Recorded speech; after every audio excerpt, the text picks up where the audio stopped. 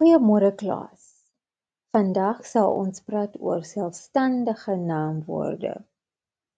Wat 'n selfstandige naamwoord? Is iets wat jy kan sien, voel en vat. Die struktuur van 'n selfstandige naamwoorde gebruik eie-name. Dit is name van plekke en mense. Soortnaam. Dit is name van dinge soos hond en tafel. Versamelnaam, dit is name van groepe soos skape en diere. En dan die strofnaam, dit is naam van elemente soos goud en water. Kyk hoe ons gebruik selfstandige naamwoorde. Wat sien jy? Die meisie speel met sy hond. Tommy gaan skool toe. Die seun skop die bal. Assesserings en nasanggit is beskikbaar in afdeling B.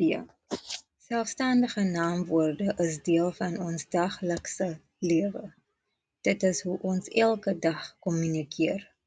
Ons gebruik hulle om 'n behoorlike sin te bou. Dit kom in verskillende vorme soos meervouds, verkleinings en lidwoorde.